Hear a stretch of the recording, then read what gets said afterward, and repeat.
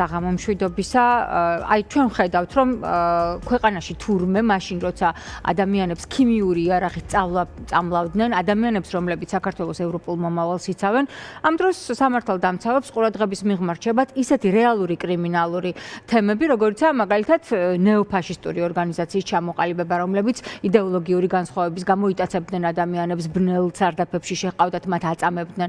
თუ გსმენიათ ასეთი დაჯგუფებების შესახებ, დღეს გავიგეთ რომ 16 ადამიანია დაკავებული, მათ შორის 10 არასრულწლოვანი ერთ-ერთი გოგონა, რომელიც ბანდის ლიდერიც ყოფილა. მოგესალმებით, მივესალმებით თქვენს მაყურებელს. პირველ რითიც უნდა დავიწყოთ, ამ ამბავში ძალიან სამწუხარო ფაქტი არის ის, რომ არასრულწლოვნები მოყვნენ ამ ყველაფერში, ამ დანაშაულებრივ სქემაში და სამწუხარო არის ის, რომ რასაც ჩვენ სახეზე ახლა ხედავთ რა ფაქტებიც ხელის გულზე დევს, არის ის, რომ ეს არის გადმოძახილი არა მხოლოდ იმის, რომ შინაგან საქმეთა სამინისტრო და პოლიცია ორიენტირებულია კრიტიკულად განწყობილი ადამიანების დევნაზე, არამედ ამასთან ერთად დამატებით იმით, რასაც უშვებიან თავიდან ბოლომდე განათლების სისტემას. ხო, ეს არის პირველი შემთხვევა, 1 წლის წინ დაახლოებით მსგავს ფაქტს ჰქონდა ადგილი, 5 ადამიანი დააკავეს თუ არ ვცდები და მაშინაც არასრულწლოვნები ფიგურირებდნენ საქმეში. ეს არის სიამბლეში გადმოძახილი იმის, რომ სკოლა და ზოგადად მთლიანად განათლების სისტემა არ არის ორიენტირებული იმაზე, რომ შექმნას, ესე ვთქვათ, უხეშადრო. აი გიგა ავალიანის მკვლელობაც თამამად შეიძლება გავიყვანოთ ამ ადამიანი ჩამოაყალიბოს როგორც მოქალაქე. ხო, ანუ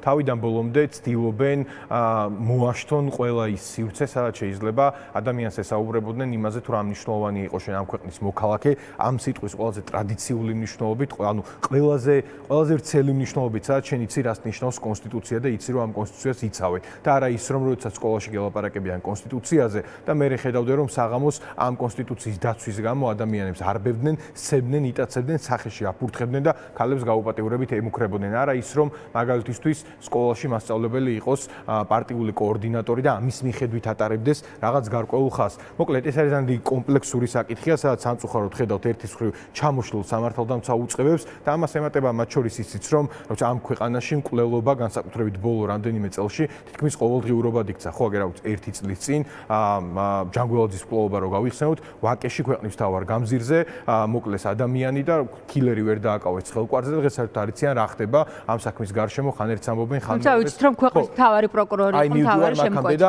ამის მერე უკვე სათავეში ამოდის ის რომ თურმე ამ ქვეყანას ყავდა პროკურორი, გენერალური პროკურორი, რომელზეც გავიგეთ რომ იყო ერთის მხრივ FSB-ს აგენტი და მეორეს მხრივ მთავარი ადამიანი, ვინც ამ ქვეყანაში წესრიგს უნდა იცავდეს და ბრალდებას წარმოადგენდეს, აი ამის მთავარი სახე ვინც უნდა იყოს და ადამიანების უსაფრთხოებაზე ზრუნავდეს, თურმე ყოფილა შეკვეთილი მკვლელობის მთავარი დამკვეთი, ორგანიზატორი და ასე შემდეგ. და აქვე უნდა გავიხსენოთ ისიც რომ ფარცხალაძის გამო საქართველოს ხელისუფლებამ დიდი რისკის ქვეშ დააყენა მთელი საბანკო სისტემა და ინსტიტუცია. როდესაც FSB-ს აგენტობაზე დაასანქცირეს ის კანონები შეცვალეს. ეს არის სიამბლეში თავიდან ბოლომდე მორგებული ერთგვარი მართვადი ქაოსი, რომელიც ქართულ ოცნებას ხელიდან გაექცა. ამ ხალხზე ქონათ მათ გაკეთებული ფსონი ხელისუფლებაში მოსვლის პირველივე დღიდან. მე მახსოვს მაშინ რაღაც ისეთი ადამიანების კომენტარები კეთდებოდა და ისეთ ადამიანებზე გააკეთეს ფსონები, დღესაც საჯაროა ეს ყველაფერი, რომ ხო, ეს მოსაოდნელი იყო, რომ ამ ქაოსში აღმოჩნდებოდით. ნიკა, აქვე არ უნდა დავივიწყოთ და მე ვფიქრობ ყოველ გამოჩენაზე პოლიტიკოსებმაც და ჟურნალისტებმაც უნდა ვახსენოთ, რომ ჩვენ ვართ ქვეყანა, სადაც მოსახლეობის წინააღმდეგ საკუთარმა ხელისუფლებამ ქიმიური იარაღი გამოიყენა. გუშინ მიმართეს BBC-ს, მე მგონი უბრალოდ სხვა გზა არ დარჩათ, იმდენჯერ ახსენეს, რომ ვუჩივლებთ BBC-სო.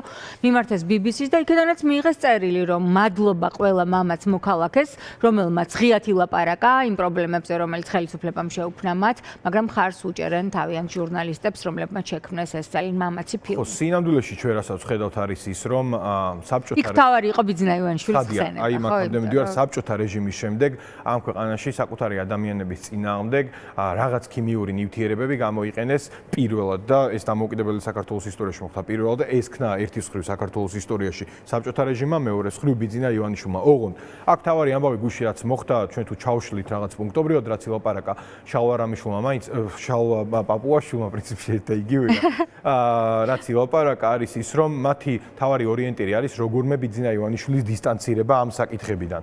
და აი ერთ პარალელს გავაკეთებ, ეს არის აი კადაფმა როდესაც თქვა, რომ მე რა შუაში ვარ, არანაირი ოფიციალური თანამდებობა არ მიჭირავს და საიდან უნდა გადავდგე. დაახლოებით ამ ვითარებაში ვართ. ნუ კადაფის ბეც არ უსურვ. არა, ცხადია, მანუ ეგ მადლობა ნიკა. იქნება ამ ქვეყნისთვისაც, მადლობა თქვენ. მადლობა ნიკა.